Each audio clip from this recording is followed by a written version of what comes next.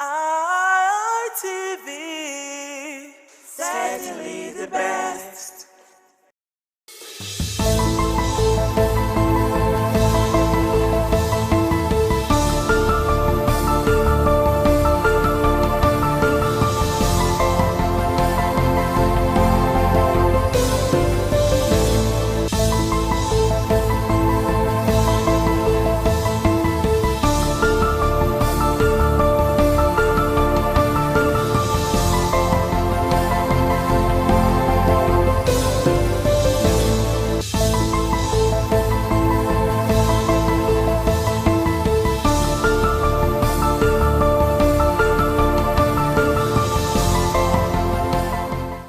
It's great to have you join us on yet another fresh episode on the program Law and You.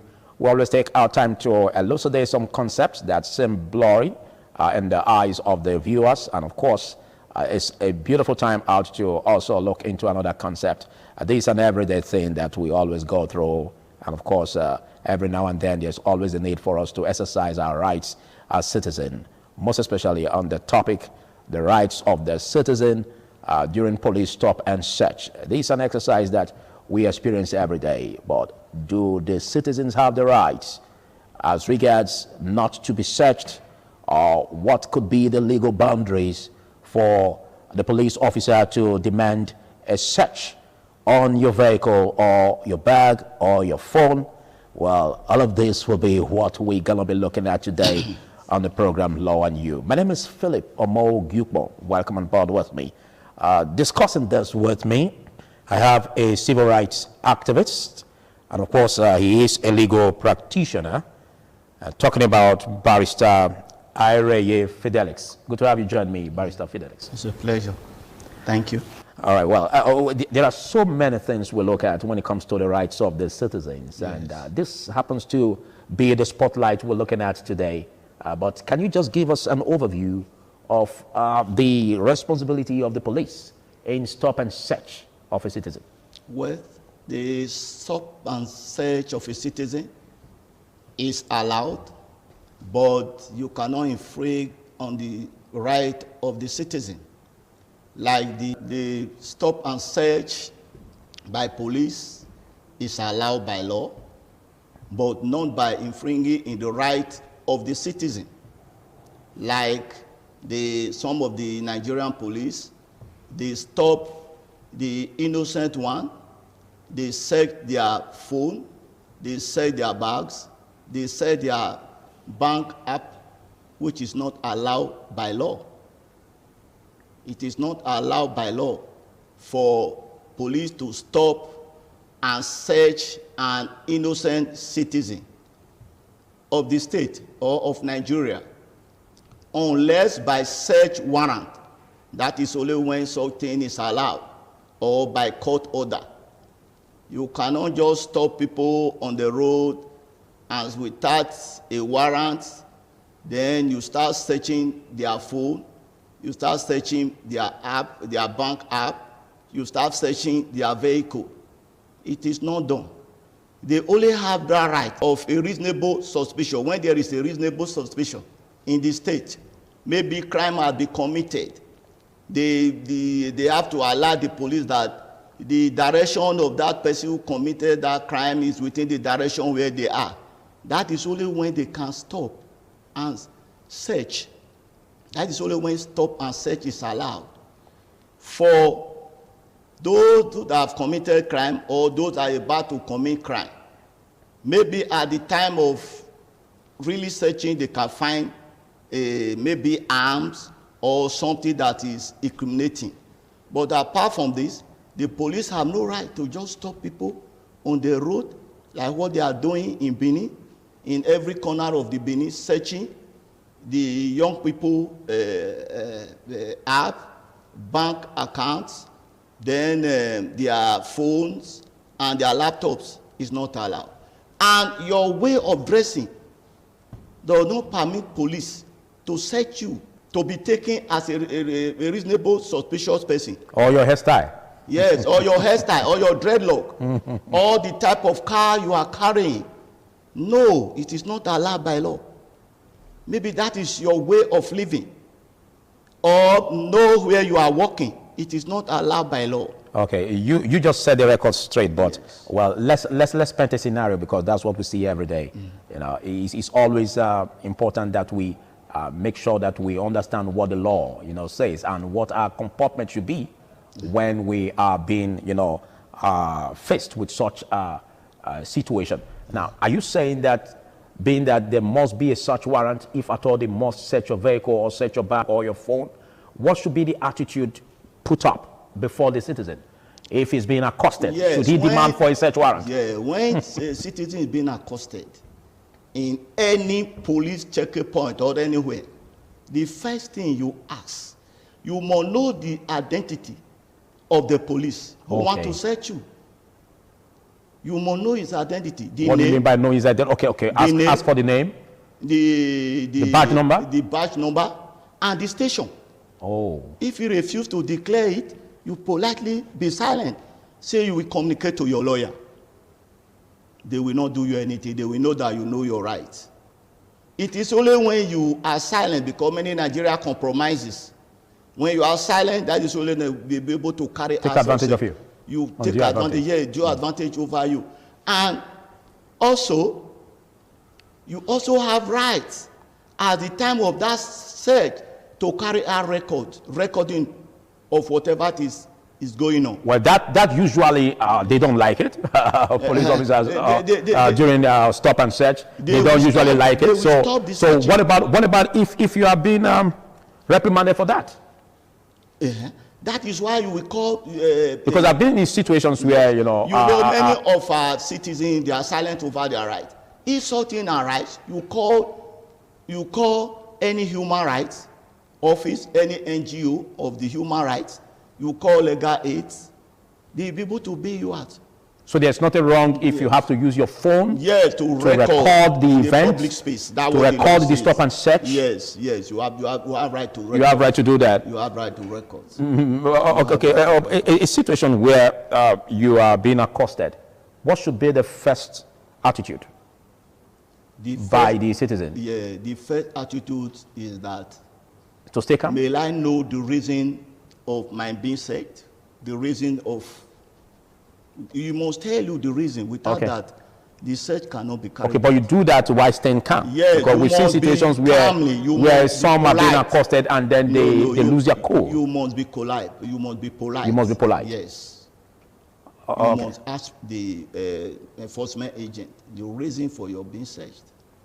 You have right. Okay. It's your right. But usually we don't see police officers showing the search warrant when such a situation arises. Yeah, what they are doing is illegal. It's because the citizen doesn't know their right. That is where we are here to tell them their rights. So what we are saying is that ideally the police officer should show the search warrant. The search warrant. In a public place, on the road, for instance. Yes. On the road, for instance, if they suspect any vehicle, for instance, don't they have the discretionary rights also to search such vehicles? After all, they are law enforcement agents. That is just must they always have a search warrant for that? Don't they have such discretionary rights? That is why I said earlier that if there is any suspicions, a reasonable suspicions, they have rights to stop. So the police officer, can also use his discretion. Yes, when there is a reasonable suspicions, and that must be established by the police, which will be established. Let's assume something happened. Something happened. They say, okay, there is Curtis fighting in so place. Last night there was a fever in so place. Then they have right. If that road, that area, to do search and stop and search, that is the reasonable suspicions they have. If you are saying this, it then means that at every now and then, every police officer at the checkpoint could just peddle any excuse for which such a citizen must be searched. No, because he could just come up and say, well, there are issues, we've had some criminal elements around, so we want to make sure that we comb the area and make sure that those who are around are searched. So they can just peddle any reason. No, there is no way of peddling any reason. The reason being that before you search, you must be able to declare to the person you want to search, the reason of your doing is suspicious, reasonable suspicious. You motivate the person. You are reasonable suspicious of what happened, what crime that happens also, or anything that happens also. That is the only way you cannot just stop people immediately as they do.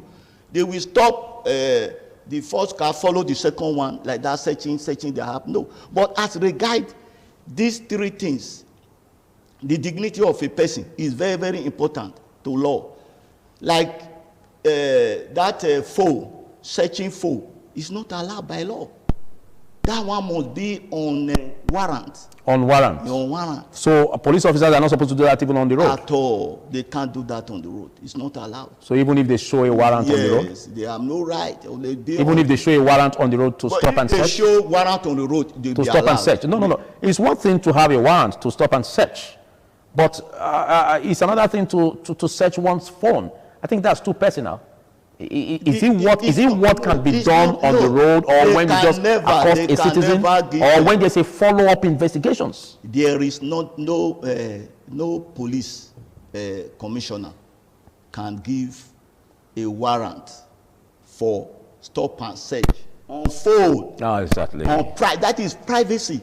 Phone is a privacy. Your bank account is a privacy. Except there's a follow-up investigation on that. Unless there is court order. Oh, court order. Unless there is court order. It is not possible for the commissioner to give police a warrant to go and invade people's privacy. It's not possible. People's dignity is not possible. And search must be carried out by agenda. It's only a woman that can search. It's only a police officer, a female officer that can search a female. Yeah. It must be carried out accordingly. You must know the reason why you are being searched. You don't just surrender yourself to them. But you see in this place, maybe a bus is just coming from Achi to Benin. They will stop every person there. They start searching. I entered a vehicle when I was coming from a court. I entered private, public vehicle. Yeah. A lot of students were in the vehicle. They stopped us at Uga. I reacted. They were saying, stop and search. I said, why? You don't do that. Where is your warrant? Where is your warrant of searching all the young boys? They say they are the one committing crime. On what way? Who alleged them? The Gen Zs. Yes. That's what they say. Who alleged them? Is it because of their dressing? Dressing make you a crime person? It's the way of his life. His style of life. That's how they live them. They say, lawyer. You save the day. They say, you are lawyer. You are enemy of police. Then save the day. All of us, we left. The problem with Nigeria is that they are silent. Even those that know the law, they are silent. They don't talk.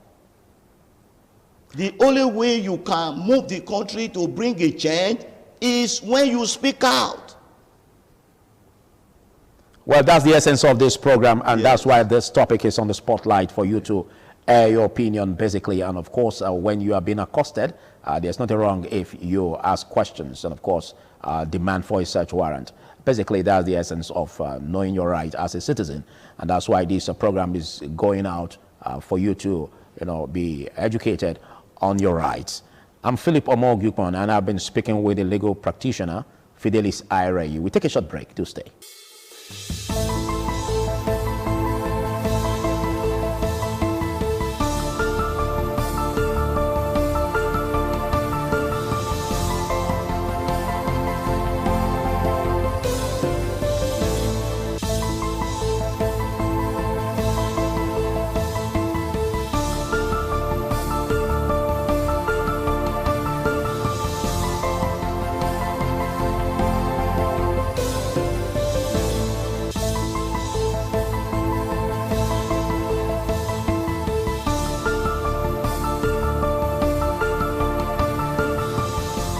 Good to have you join us. The program is still Law and You, and I still have my guest, a legal practitioner, in the person of Fidelis Airayi. Now, let's look at the right to remain silent, because usually when the police officer is accosting a citizen during stop and search, they do ask questions. is it the right of the citizen to keep mute? Or at what point should he be demanded to speak in terms of answering questions of the police officer? That is a very good question. When they stop and search, those that know the law, when they ask them, they bounce on them, although there are no search warrant. What you do, if you have an ID card, you give them your ID card and give them your name. Yeah. You finish it. Any other question you can keep in mute. Oh. You tell them, because any question that will incriminate you, you have to be silent over it. What you say is that, okay, I will inform my lawyer. Good. That ends the story. They will leave you. That's why I said Nigeria, because they are being silent. The next thing you see, our young men, even the people, they will start giving money, bailing themselves, which is not allowed. Well, basically, they always say bail is free, but have you witnessed such? Yes, really, bail is free. It depends on the person in the that is handling the matter. If it is a lawyer that they compromise with police, the bail won't be free. They will negotiate. But like me, I've gone to police station several times. Those that follow me there, it's free. Okay. It's free. Okay. At what point can your vehicle, for instance, be arrested during stop and search? He can only be arrested if they find incriminating things inside, like gun. Oh. Like gun. That is the basic. Because the vehicle can be arrested alongside the occupant or the driver. No, only the driver. Only the driver. The person who committed the offense. Probably he didn't commit it. Probably he just found that the item was in his vehicle and he doesn't know how the items got there. Because we've seen situations where even during stop and search, because some are used to, opening the boot, using the lever and just by their car seat, and without even coming out and see what the police officer is doing behind. So we've seen situations where, something happens and they find incriminating evidence in such vehicles, even without the driver knowing how it got there and who put it there. But the police officer can just say, well, we found this in your boot. But that's another reason why it's important for the driver to not just to open the boot, but also to be there while the police officer is searching the boot or the vehicle. It's very, very important. That is why if there is really a search warrant to any place, when the police come there, maybe there's a search warrant in your house. They come to your house for a search warrant. Before the police enter, you search him first. You search the police officer first? So that there be no incriminating things you will drop. Okay, that means the citizen has a right to search the police officer. Yes, but the one they are doing on the road there is very, very illegal. It's illegal. No commissioner can give police a warrant to be searching people for vehicles or boats. Vehicles on the road. It's only the traffic, police traffic, officer traffic in charge of traffic that can search these particulars and others. Exactly where I was coming to, because I asked the question, at what point can one's vehicle be arrested? Well, but if your particulars are not correct or expired, can such a vehicle be arrested? Yes. Such vehicle can be arrested for you to renew your license. Is it by impounding the vehicle? With Nigeria system, they will take it to the station. Yes. As you pay all those penalty, they release it from there because of the bail. When you say pay, that is why. Okay, but a such payment supposed to be made? No, immediately because you it's expected that immediately you renew your this thing, you pick the vehicle away. Okay. That is for only traffic police and road safety. They are the people that have power over such things. Okay, to search your vehicle particulars. Yes, particulars. Only the traffic police? The traffic police. But we usually see the other one they are doing is illegal. Are you serious? Yes, it's illegal. Right. Traffic police have right. You will see them. You know traffic police easily, the way they dress and all these things. All these MTD police, they have right to say. A lot of things that we see really are not supposed to be, but what then will be the attitude of such a citizen, for instance, who is held by a police officer that does not have the right to, demand or search the vehicle particulars? Even What before should be the attitude the police of the the citizen? police knew. As at the time the police want to carry out the search, you tell him, are you a traffic warden? Oh, Are really? you this thing? He will answer. The citizens can ask such questions. Yes, they have right. You have right. That's what I'm saying. Silence is our major problem. With this program, I see many people will be aware of their rights. If they are able, not only knowing the right, but able to carry it out. Only to carry it out. Because many Nigerians were living in silence. Okay. So going forward, let's look at a way to ameliorate the plight of these citizens whose rights have been violated, infringed upon. Situations where, their phones are being searched illegally.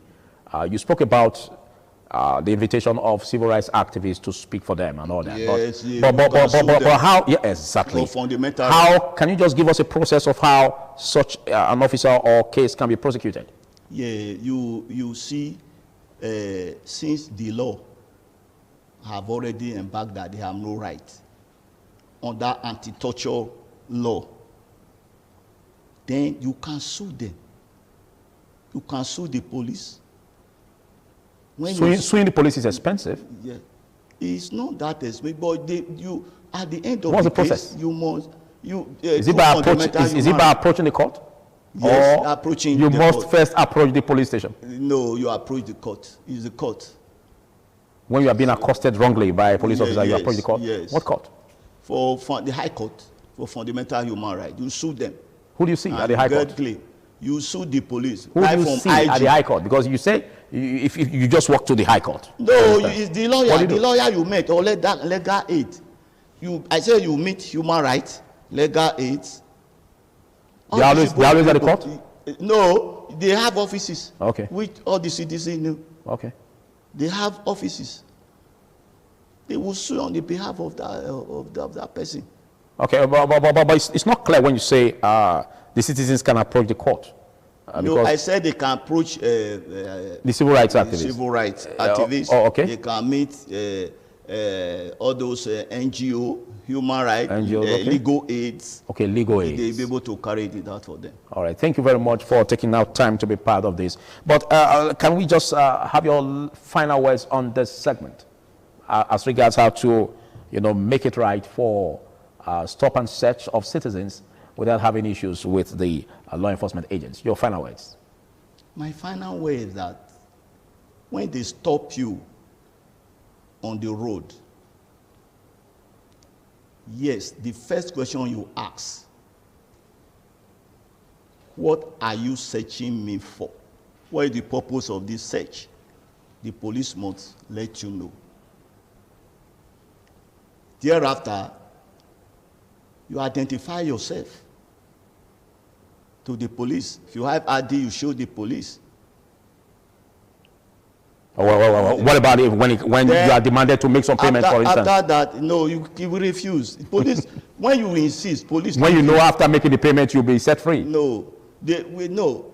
After that, where he will know that you know your right, after that, you will ask the police question about his ID. What is your name? What is your service number? And your station. From there, we know you know your right. He will leave you. He will end there because you know it's an illegal act. When you get these three things, you can take it to anywhere to injure him. All right. Thank you very much, Barrister Fidelis Ayereye. I got it right? Yes. All right. So that's it on the program Law and You, as we dealt strictly on the topic, which is the rights of the citizen during police stop and search. We will be looking at the aspect of protests by citizens, consequences, and of course, legal boundaries this time next week. Bye for now.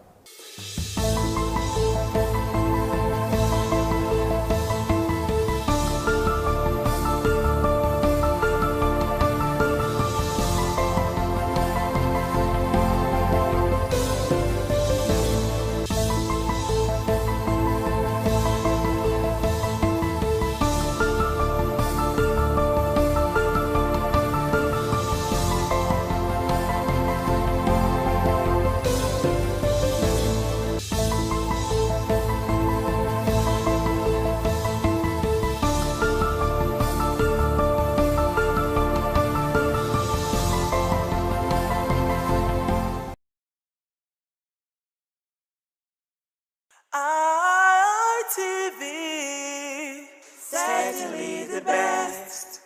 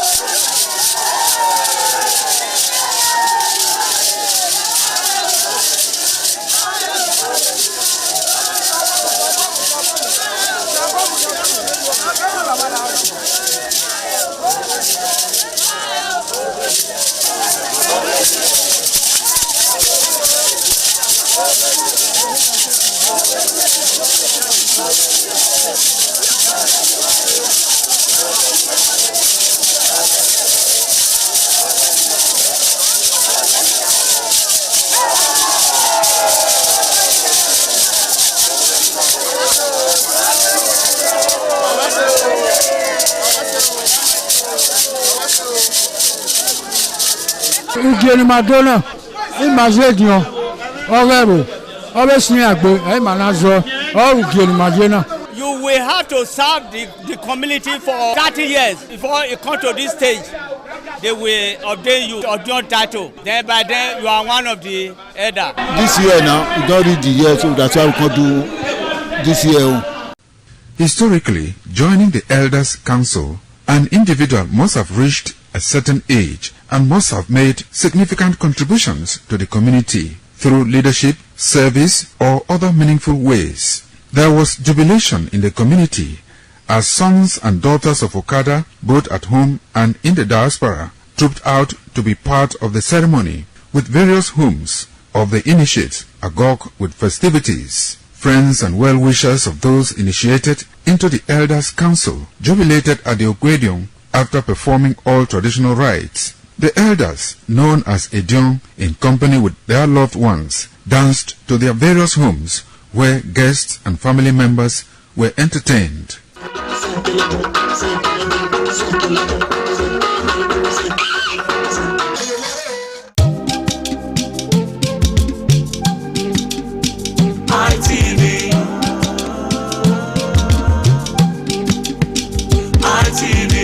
ITV, certainly the best. ITV, certainly the best.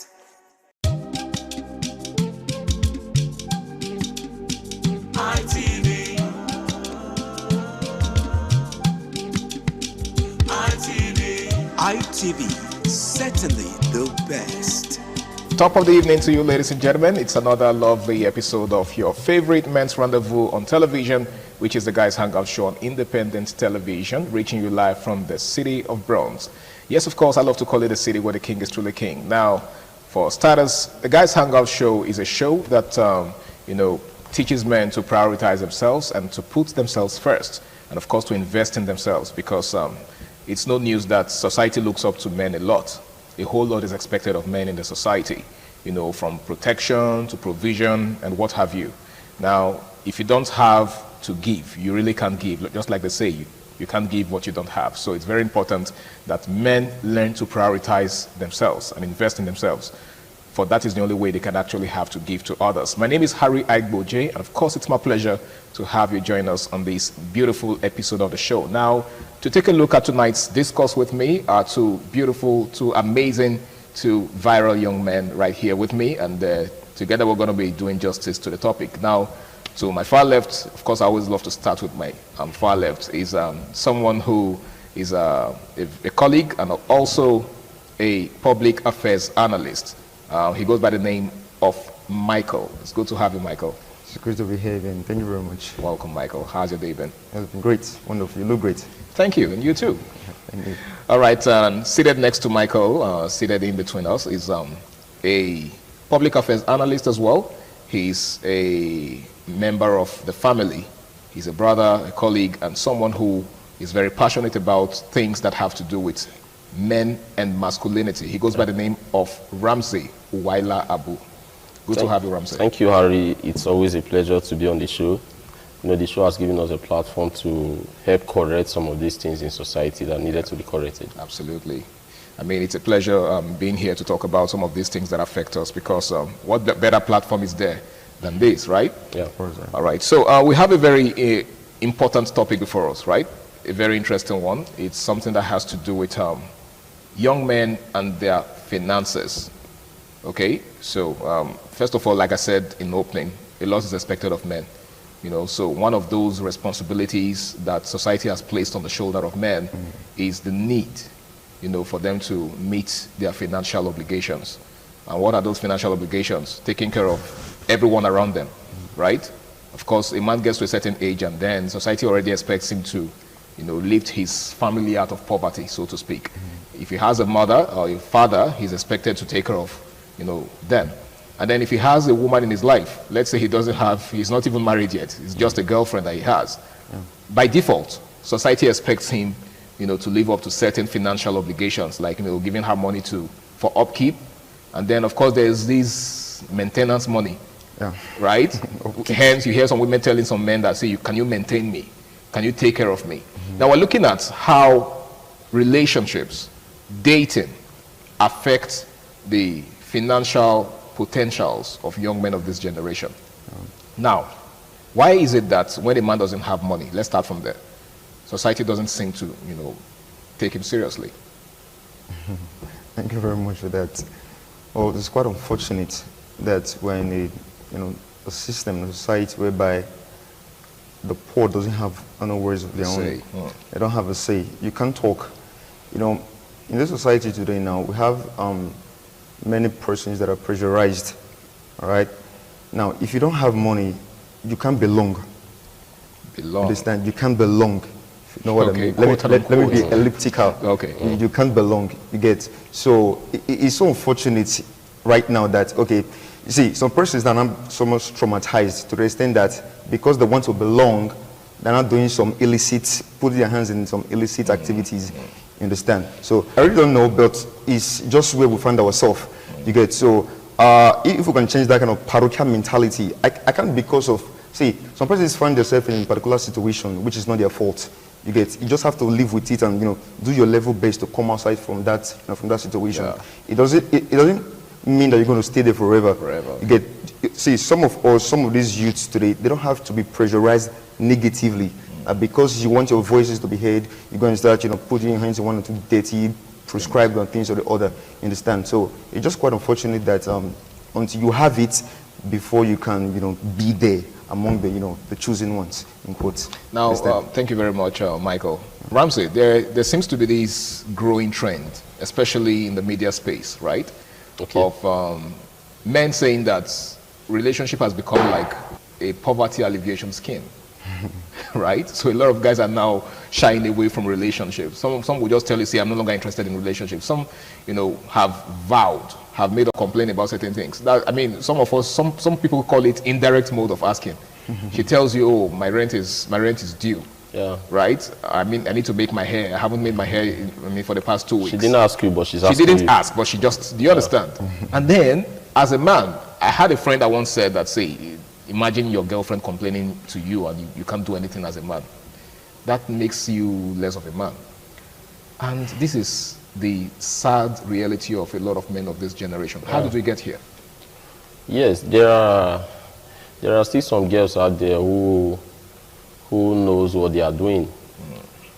I think I will fault those guys who went for what I call outer beauty, what I call a coconut carrying a human hair, what I call an empty brain, wearing makeups and all that, who sees you are going for that girl, who sees you as a poverty alleviation scheme. If she can afford these things in her father's house, why is she disturbing you with these things? The problem, I know many girls out there will say, okay, if you can as well get whatever it is you are doing with her, having sex with her and all that, why did you decide to go for her? But the truth is, it is not a market thing. I didn't buy it. I am not paying for it. It's not transactional. Thank you very much. It's not transactional. Now, for a man, if you are a man, you should be able to take a stance and say, I will only go for that lady who is career-oriented, who is focused, who wants to do something in life besides depending on a man.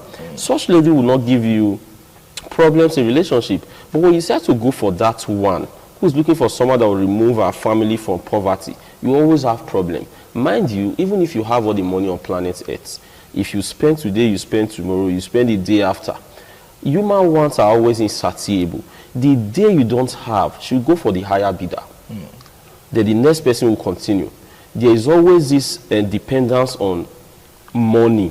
If money is no longer there to oil the engine of the relationship, they should go for another person that has the money so that the engine of the relationship will continue to work, to be oiled and all that. Okay. So the thing is, as a man, you shouldn't start with such relationship. The way girls say, I cannot date a broke guy. I don't know why guys are dating broke girls. What is the first sign of a broke girl? That's a serious one, because I mean, it's been generating lots of controversies on social media, because that's where we are right now. Some guys are saying, if ladies are saying they can't date broke guys, then I think it's time to start paying them in their own coin. So we're not dating broke girls. So the question is, where will that take us as a people? Because what that actually has turned relationships to is, a trade by barter thing. Yeah. Right? So, in those days, we heard of most of our parents, our grandparents, fell in love. There was true love. They fell in love without much financial consideration. That was not to say that they didn't care for each other, or that they did not, feel the need to want to buy things and give gifts to each other. But nowadays, these relationships are hinged on these things. Yeah. So if you take these things away from relationships, there will be no relationship. There will be no relationship. So my question is, what does the future hold for young people? If we continue like this, there will be no marriage. The only thing we'll have will be wedding ceremonies. And these days, many girls are even hyping or putting all their hope on how their wedding is going to look like, instead of thinking of how their marriage should look like. And that's because they have tied the whole of their life to the financial status of a man. Sir, if all men can decide to say we are not dating a broke girl, it will bring us to normalcy. It will bring us to what we call real marriage. No, when the Reverend Father says for richer or for poorer, some people will say for richer, for richer. He knows that there will be time where there will be what? The worst. It's not going to be good all the time. So this time when things are not working out well for your man, will you still be able to stay? Who is that man that is so rich that at times there will be no hiccups in his life or financial status and all that? Definitely there will be time when this man needs money. Will you still be there as his wife? So when you start a relationship with money, I can take care of you. Can you afford me? Yes, I can afford you. As if they are products. We only afford things that we buy, we use and done. Commodities. How can you say, as a human being, you are asking a man if he can afford you? Like you are some sort of commodity. Then you sold your rights, you sold everything, he can afford you, then he owns everything about you. And later you come outside to say you are a feminist. Women should be given equal rights. When you have been bought by a man, you ask if he can afford you. So the problem now is, guys out there, look for a woman who is a real woman. A woman who knows that she is in life, not because she just wants to depend on a particular man, but to make money herself and going to marry. For such women, you enjoy marriage.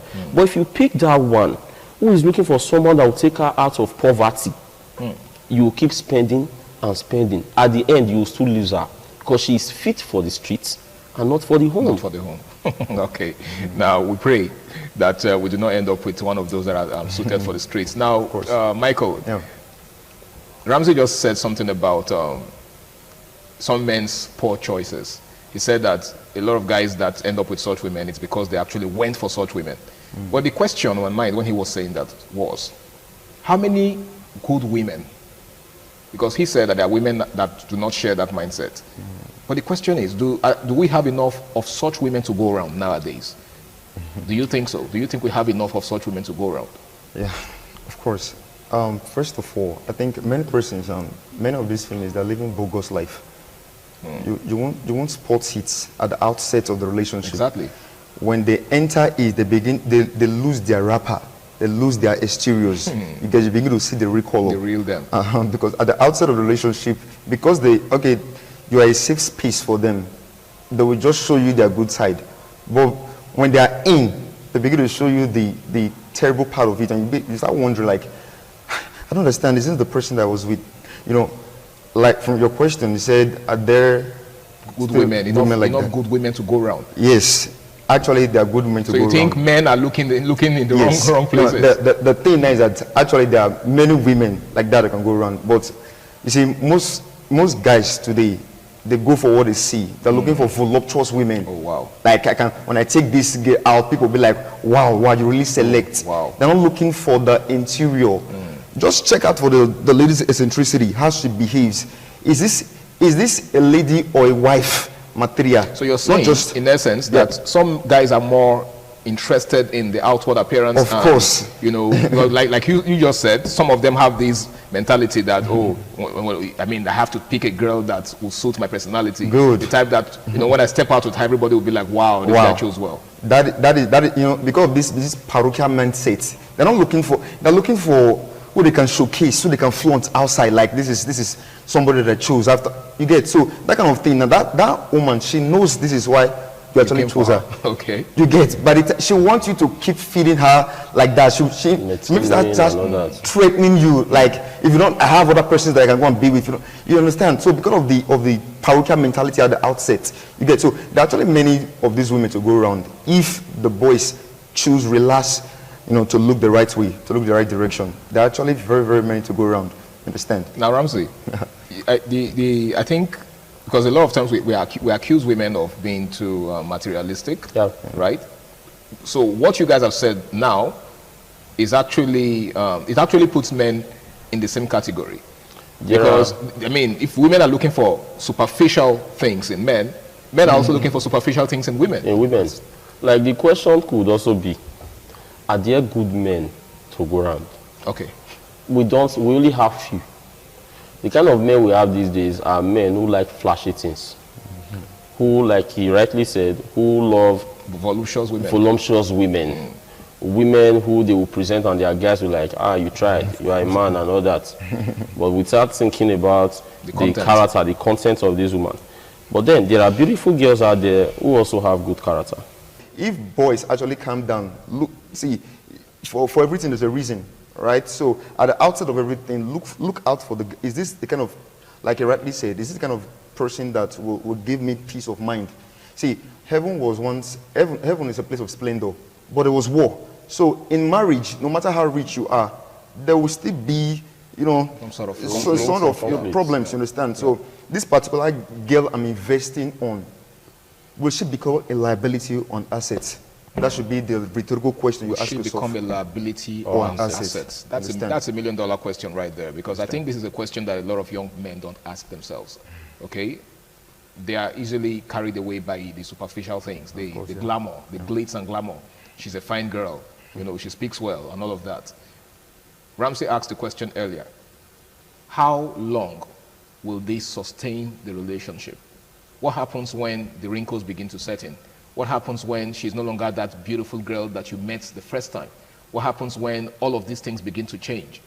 Will she continue to be that, you know, person that you met that first time?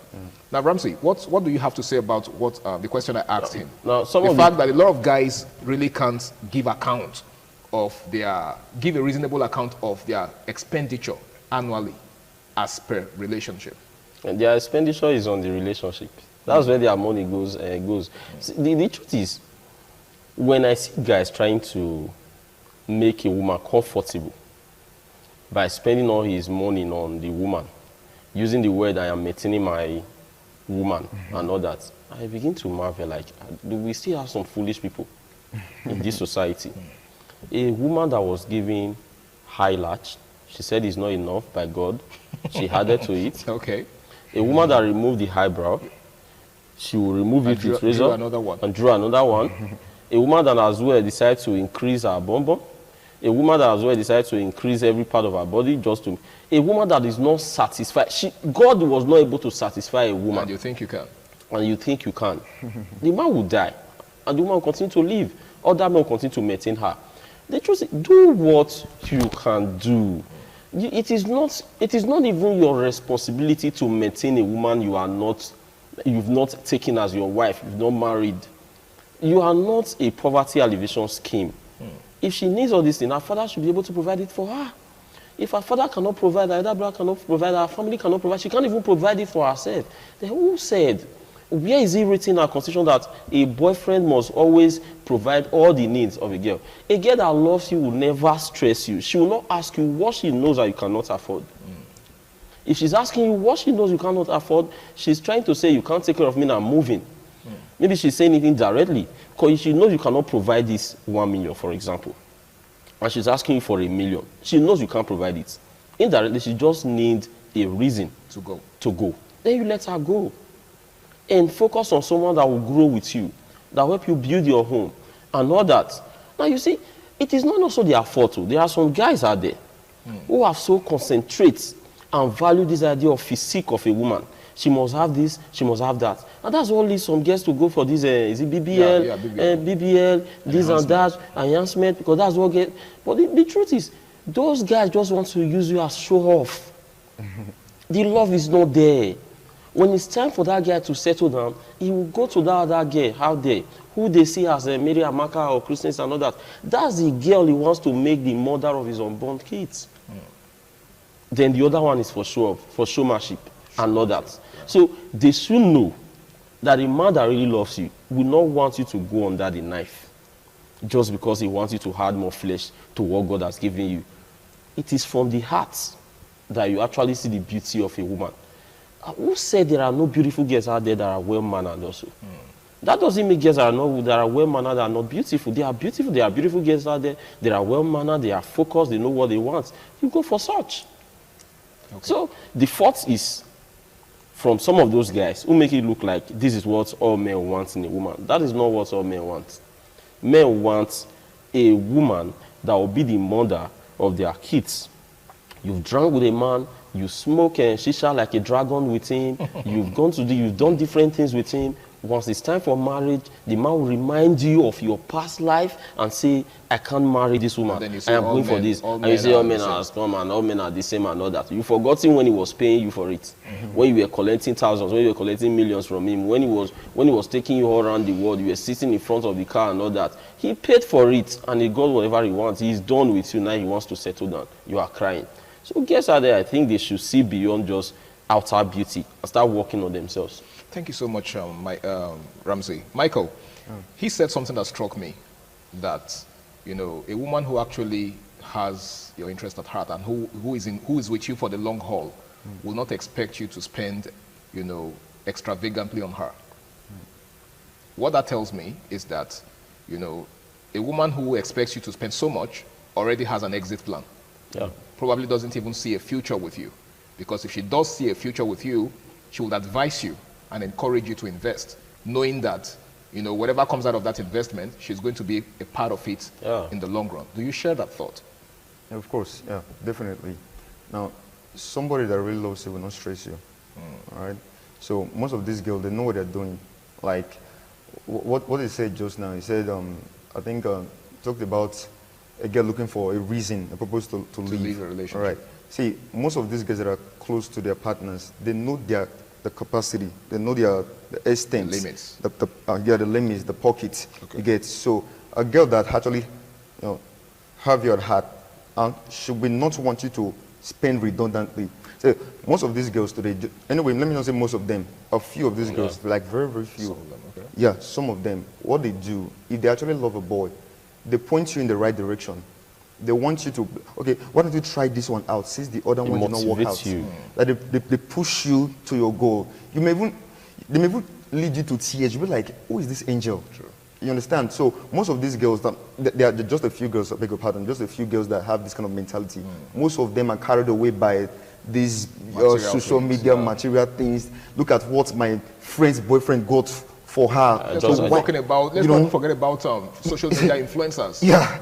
I just got a new hair. Yes. My friends need to see it. Yeah. So her boyfriend bought it for her. You get. So as we're moving together, I was the black sheep. I was the one that was left out. Look at them with their, you know, their exorbitant hair. She was under pressure. Just look at, yeah, you understand. So this kind of girl, that is, if Grandma Cooper met me, I would say that's the reddest flag. You understand? Okay. So you understand. So that kind of thing, if a boy spots such error or such thing, nobody should tell you to, according to the balance, to borrow more leg and run. Okay. You understand? So a girl that really, really loves you will not overstress you. All right. Now, yeah. Ramsey, what's your advice for young men who are in one-chance relationships? Okay. One chance in terms of, you know that the person you're with right now doesn't really have your interest at heart, but because you're already emotionally attached, you don't know what to do to opt out. What's your advice for such? Let me remind them. Less than 30 seconds. Yes, let me remind them, if they've forgotten that you can give a woman everything.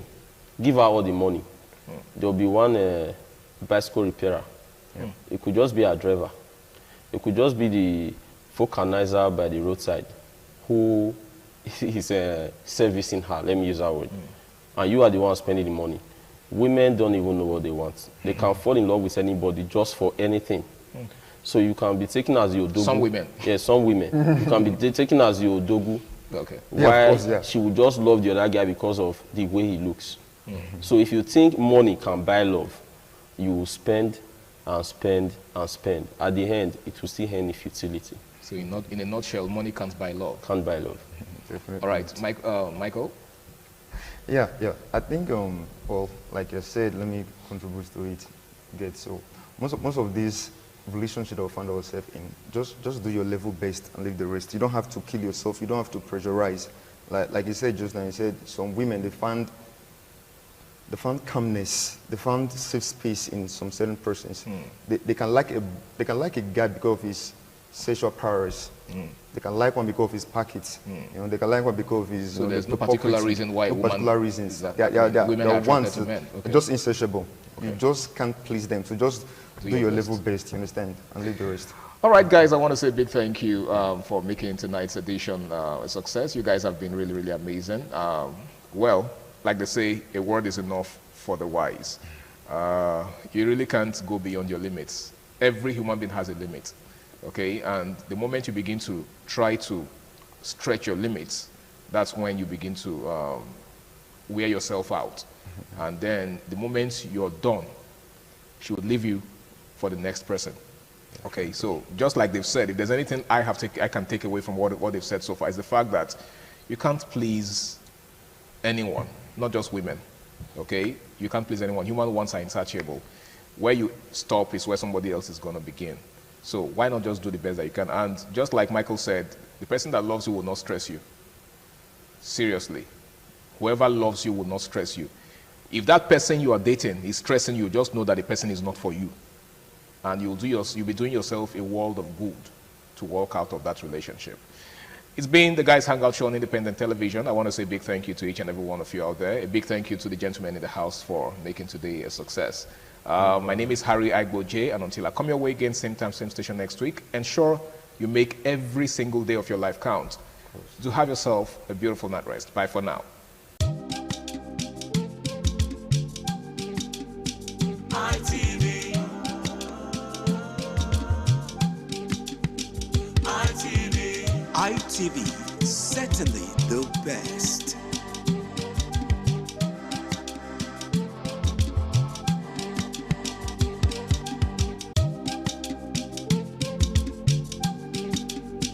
ITV.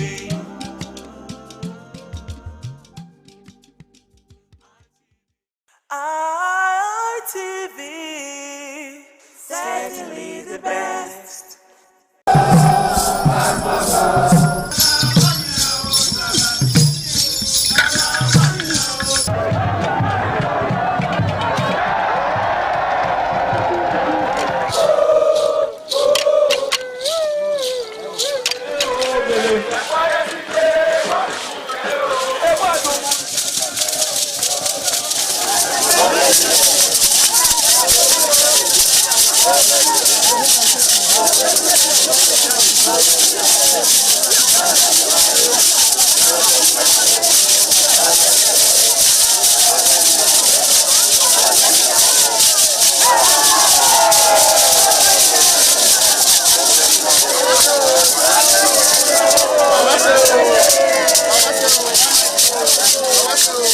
Top on the list of the initiates was the eldest son of the Esama of Benin and former governor of Edo State, Chief Lucky Nosakare Igbenedion. 11 of his siblings, namely Bright Ayamekwe Igbenedion, Honorable Charles Osenwike Igbenedion, Peter Osawari Igbenedion, Dr. Fred Osanwi Igbenedion, Barrister Mike Osarene Igbenedion, Efosa Douglas Igbenedion, Ukbonwa Enes Igbenedion, Osawe Igbenedion, Edosa Igbenedion, Dr. Daniel Omorige Igbenedion, Agbon Steve Igbenedion, as well as the Executive Director Operations, ITV and Radio, Chief Elder Ugbeide Nwonse.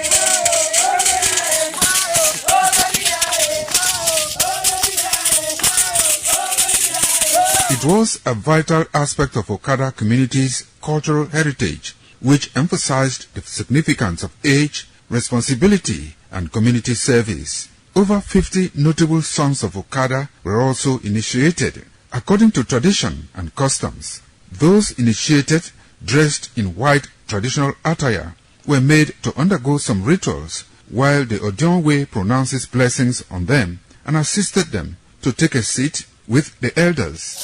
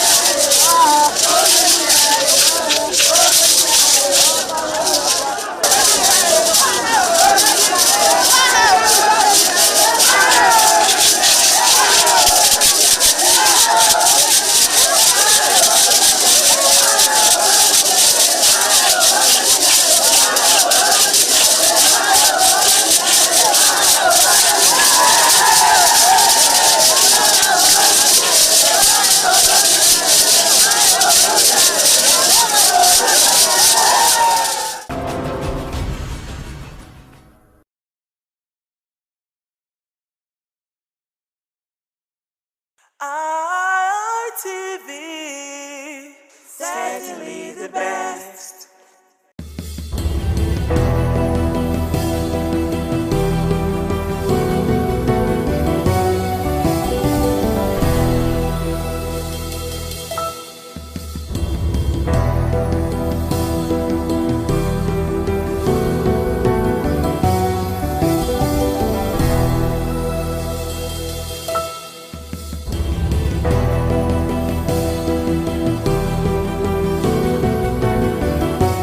Hello viewers, welcome to Viewpoint on ITV. I am Caroline Okonji, and it is that program that gives you and I opportunity to talk about some of the trending issues in the country and how it affects us as citizens. So today we're going to be talking about the withdrawal of police personnel from very important personalities in the country and how it's going to be affecting us as individuals, or better still, how it's going to impact us as citizens. And then again, the debates on legalizing gun ownership.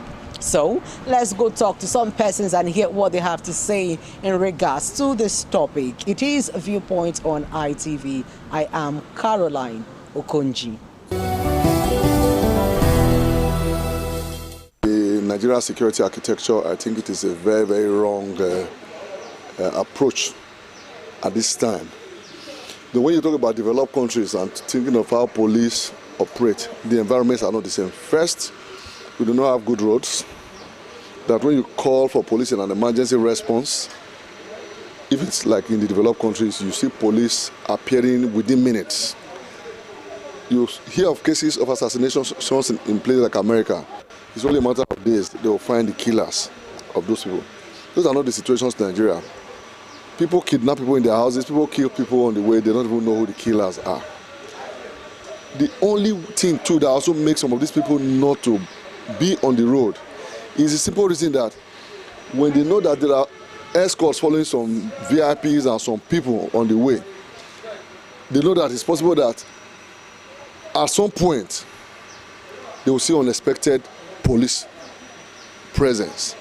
But when they now get to the point where they now say, no, they cannot go with police and then the road is free and all that, you are only inviting terror back to us. If I'm traveling on the way and I know I'm licensed to have a gun in my car, some other persons are coming, and maybe we run into hoodlums, and they know that out of these 20 cars, there's a likelihood that 15 to 16 have arms in them. That will also create that sense of security for the people that are involved. So I just think that it is, yes, the idea to say let's have police at different points is there, but the architecture and infrastructure to support such an idea, we don't have it yet. You don't have drones flying everywhere. If you are overseas, you press a button in your house, they know it is emergency. The police will come, condone of your area, and the people cannot even escape. The police right now, as they are, first, they are no vehicles, they are not well equipped. So how do you even do it? I think that the decision by Mr. President needs to be reviewed. I see it as a right development based on this issue that the president has made concerning police should be withdrawn from notable personalities that are in our society. You discover that for the police to be able to combat insecurity, we have less police in the society. Most of all these notable personality, you just discover that one person will be having 10 police. 10 police. If one particular person is having a police, about 10 attached to him, and the common man has no security to be attached to him, he has no security to be attached to him, then what is the fate of the masses? But to my own take, with this direction, this step that the president has taken, that all police official, army, and officials should be withdrawn from notable personality is a welcome development, so that these officers will be able to go to the city, go to the street, go to the rural area to be able to combat these bandits. Because if all this caliber of men, notable personality, are be giving policemen policemen are attached to them, it will not be a wake-up development. But if they withdraw them, everyone, all hands will not be on deck to fight insurgency, to fight bandits. But when these men are secured, they will feel less concerned about the masses. I believe that with this step that the president has taken is a very good step, so that security for lives and property concerning the common man will be appreciated. On these aspects, it has advantage and it also have disadvantage. It is good for people to have self-defense against this insecurity.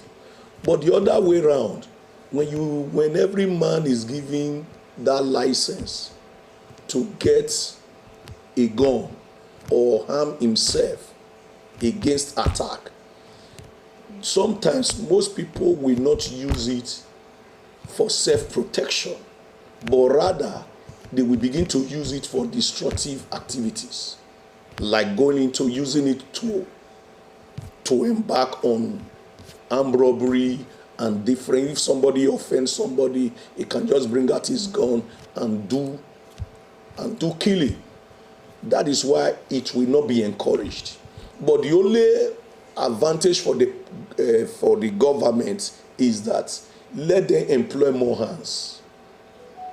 Let them get more securities, people, recruit them, train them, tell them what to do, the rules and the don'ts that will govern their security apparatus. All these things should be put in place. Then with more and being employed and well paid, I believe that with all this, they can be able to contain this insurgency and bandits in our country. We all know that the constitutional role of the police is the protection of lives and property. And like the president has rightly stated, the protection of lives of Nigerians are very paramount. And like the VIPs are still part of the citizens that the police is constitutionally empowered to protect. But you also realize from where the president is coming from, these VIPs form more or less like less than 10% of the larger population of Nigerians. And in that light, he feels that more attention should be given to the masses, to the larger population of Nigeria who are now faced with the challenges of insecurity, while also trying to address the manpower need of the Nigerian police.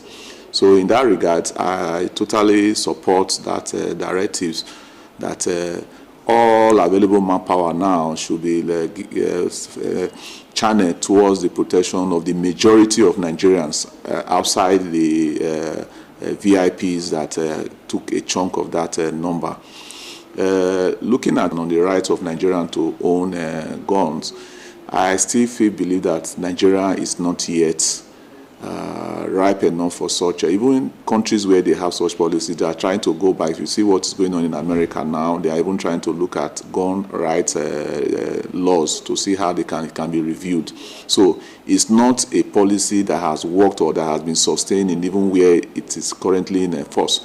So for Nigeria, it is not just our only gun that will solve the problem of insecurity. I can tell you, with the kind of anger, with the kind of issues we have now, if Nigerians own guns, they will be using it to settle personal scores, not even the insecurities now. So that might not really solve the problem. I think solving the problem, we need to go into community policing, volunteer security, seeing how well we can domesticate security, make security the duty of everybody, not necessarily a centralized arm of government like you have the centralized police now.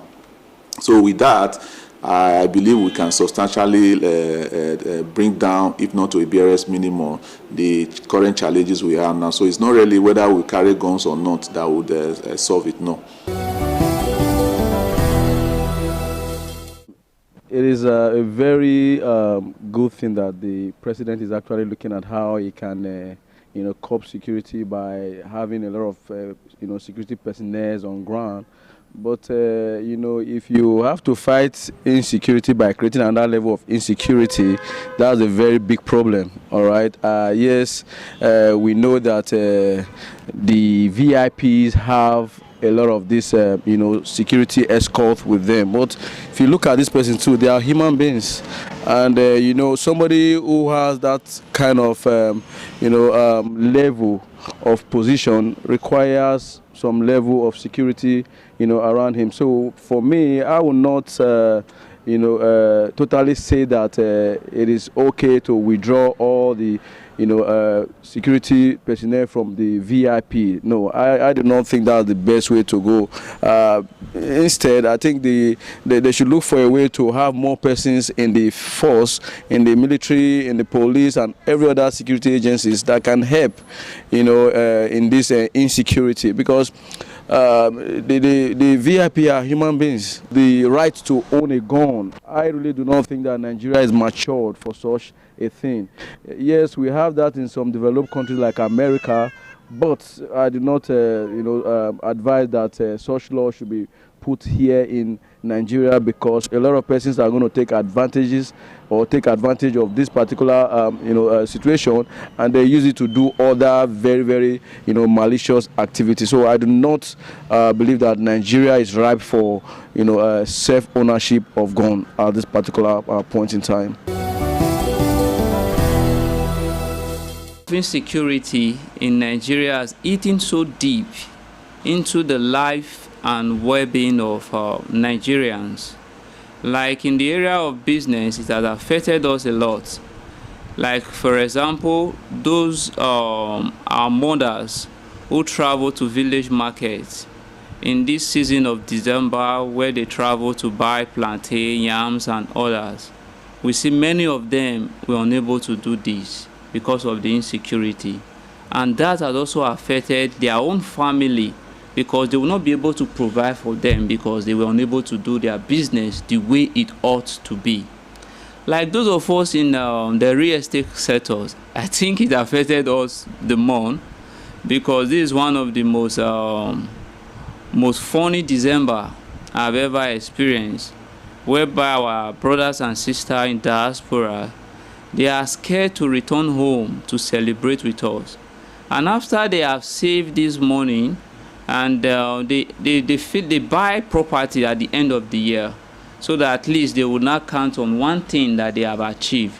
But this time, many of them, they give up. Instead of coming to Edo State or or Nigeria to buy property, you will hear them saying that they want to go to places like Singapore, places like Spain. They will tell you the money they will use to buy property in Abuja, like maybe 350 million, 150 million, 200 million, is enough for them to get property in Spain. And that property in Spain will give them high return of investment than the property in Nigeria. And another thing that affected those in diaspora and the VIPs, let me use that word, very important personalities in our country, is the new law that has been passed by the president, that police personnel should be withdrawn from this set of persons. And the current situation of insecurity in Nigeria, so these persons, they will not be free to come in, because it's as if them coming in, they have signed their death sentence because the security is a threat to them. And at the same time, the police personnel that would have been of assistance to them to guide them is being withdrawn. So it's just as if they want to jump into a hot fry pan. So these ones is what stopped them from not coming to Nigeria, and it affected our business a lot. So those persons we are all to care for, these things restrict us to do a lot for our loved ones. Because if you don't sell property to get money, so there's no way you are going to spend money. So if you check, though we are having traffic and all these around, but the truth is that the well-being, the lifestyle of these our citizens is being compromised because insecurity has cost them a lot. If the guns is being legalized to every citizen, it's going to cause more havoc at this initial stage. So I believe instead of legalizing gun to individuals, let's recruit more local security personnel that understand this terrain of this environment, because a stranger will not know my community more than me. So if they empower these personnel, give them good sophisticated weapon that they can use to withstand these perpetrators, the criminals, it will be able to at least help us a lot. So owning a gun or legalizing gun to Nigerians, Africans, there's a way we think. Even some of the trained policemen that they are handling weapons, we see what happens after some of them have taken what they are not supposed to take. After when their adrenaline get high, when they are angry, we see how they misuse the gun. So now legalizing gun for a trained person, a civilian, is going to cause more havoc and disaster to us. So I'm not in support of that. While the opinions of our respondent varies, and some think that the statement by the president to withdraw police personnel from VIPs in the country in order to combat crime, some are also saying that it is not a welcome development. But in all of this, the security of citizens and properties should be a priority. That is what people are clamoring for, and it is something that should be done in order for lives and property of citizens to be secured and for security to be guaranteed. It is Viewpoint on ITV. I am Caroline Okonji. Many thanks for watching. ITV, certainly the best.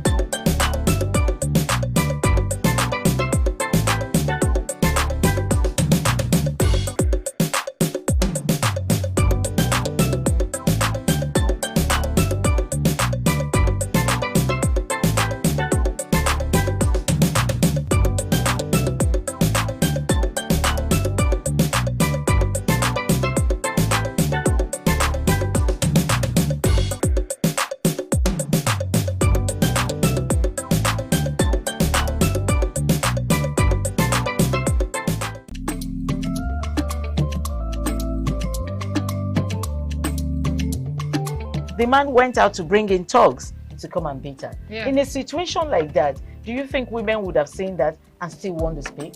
Really, we're talking about. That's what I said. So when they bullied her, if she's not bold enough, she will shut up. What is your advice for girls out there that are so desperate to be married? We women, we have to be really intentional about our parenting. If you know a child is being abused, or you see signs, a bruise or a child, it has to be investigated. People barely even breathe when they are going for a shrebi and something. Party. You have to be They smart. can't sit If down. you see where they are dressing them up and dragging on both sides, you cannot breathe. And these women would stay in those events for hours just to keep up with that beauty trend. It's not healthy. That's not healthy. I am Patricia Uremugebros, and we're reaching you live from our Lagos Network studio. Of course, Women in Conversation is a program designed for women to discuss about themselves.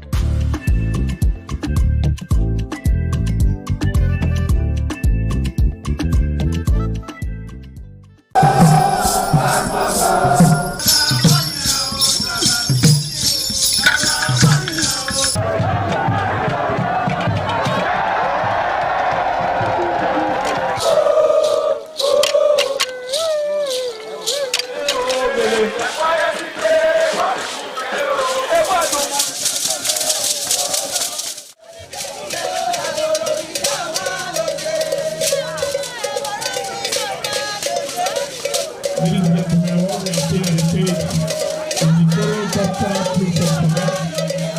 On the other side, we have the Gymnastic Boys. Gymnastic Boys, you don't know what we want to do now. We are bringing upstairs. We are at the first floor. We don't know if we are going to do the second floor.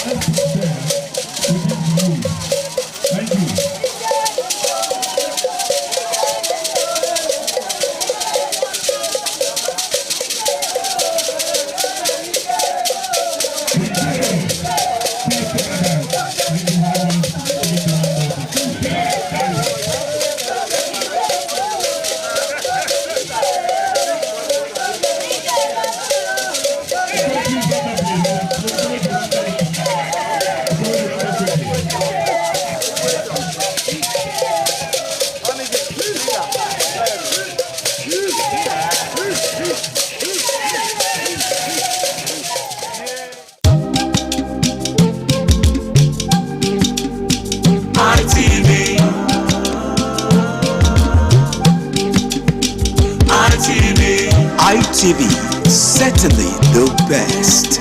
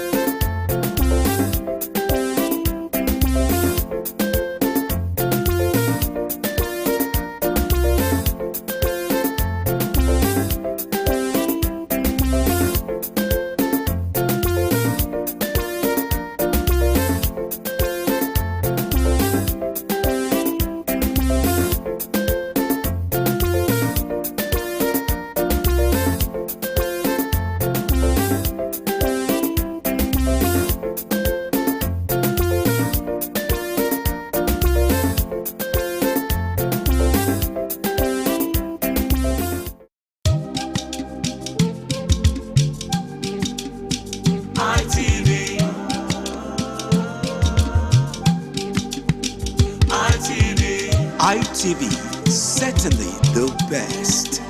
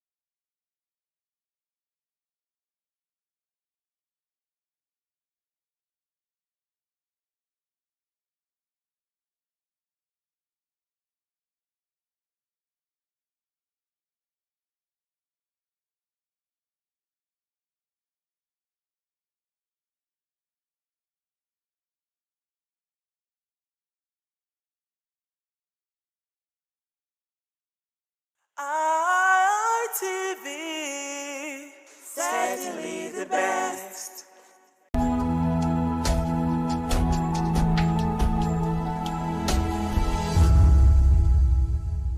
It's another Friday afternoon on independent television and radio here in Benin City, and the program is Hitches and Voices.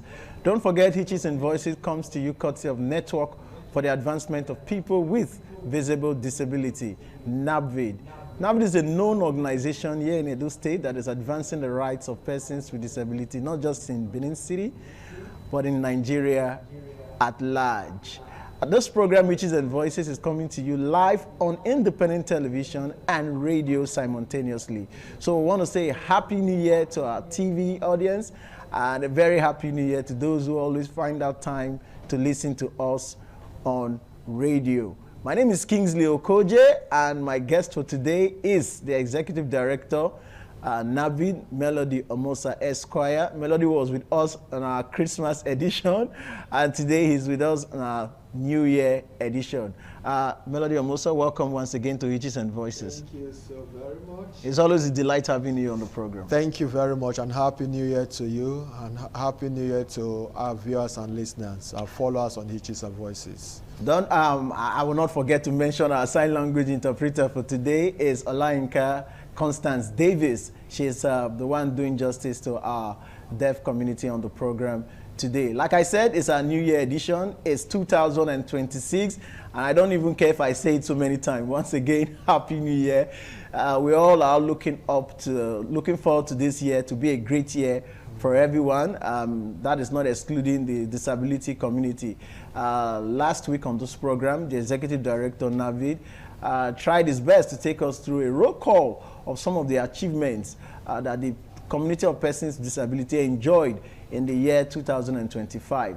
And he is also optimistic that the year 2026 will indeed be another great year. But on the program too today, we'll try our best to also show you how NAVID decided to put smiles on the faces of persons with disability during the Christmas celebration. We'll take a clip from that event just to show you that NAVID is indeed in the business of putting smiles on the faces of persons with disability in Edo State. But on the program today, we're just going to project into 2026.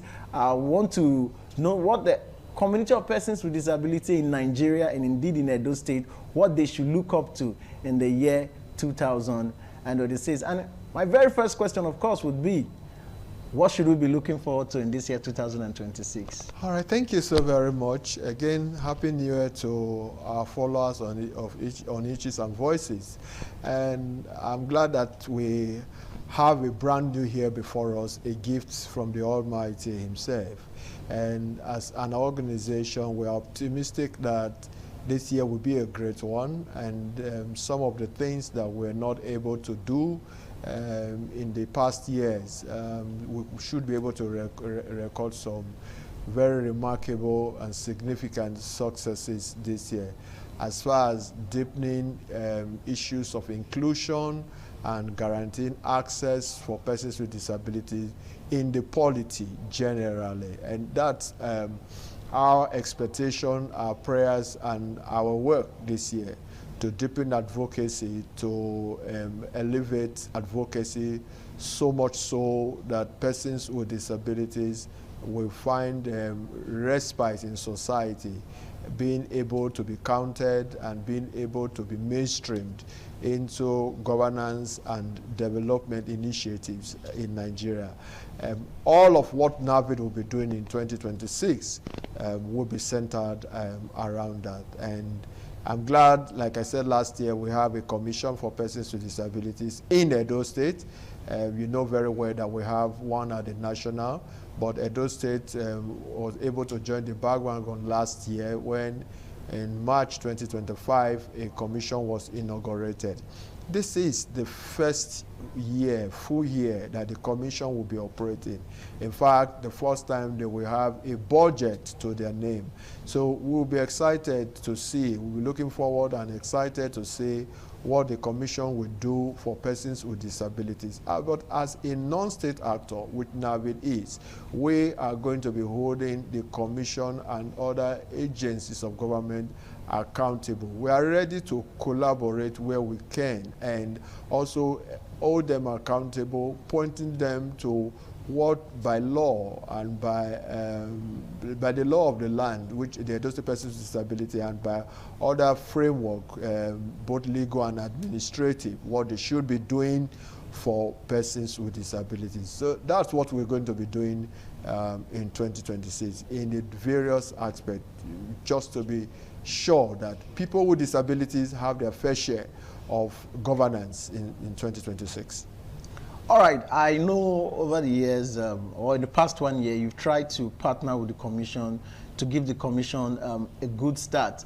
But I would like us to take it one after the other. Let's look at the area of education, which I know NAVID is very, very particular about. Education, like you always say, is a leveler for persons with disability. In the area of education, what would you want the commission to do as regards to education for persons with disability in Edo State? All right, before now, we have not only advocated for the education of persons with disability, we have actually practically bear some of the burden of seeing to it that we do not only talk about education, but also going, if you like, out of our way, out of the normal call of advocacy, to providing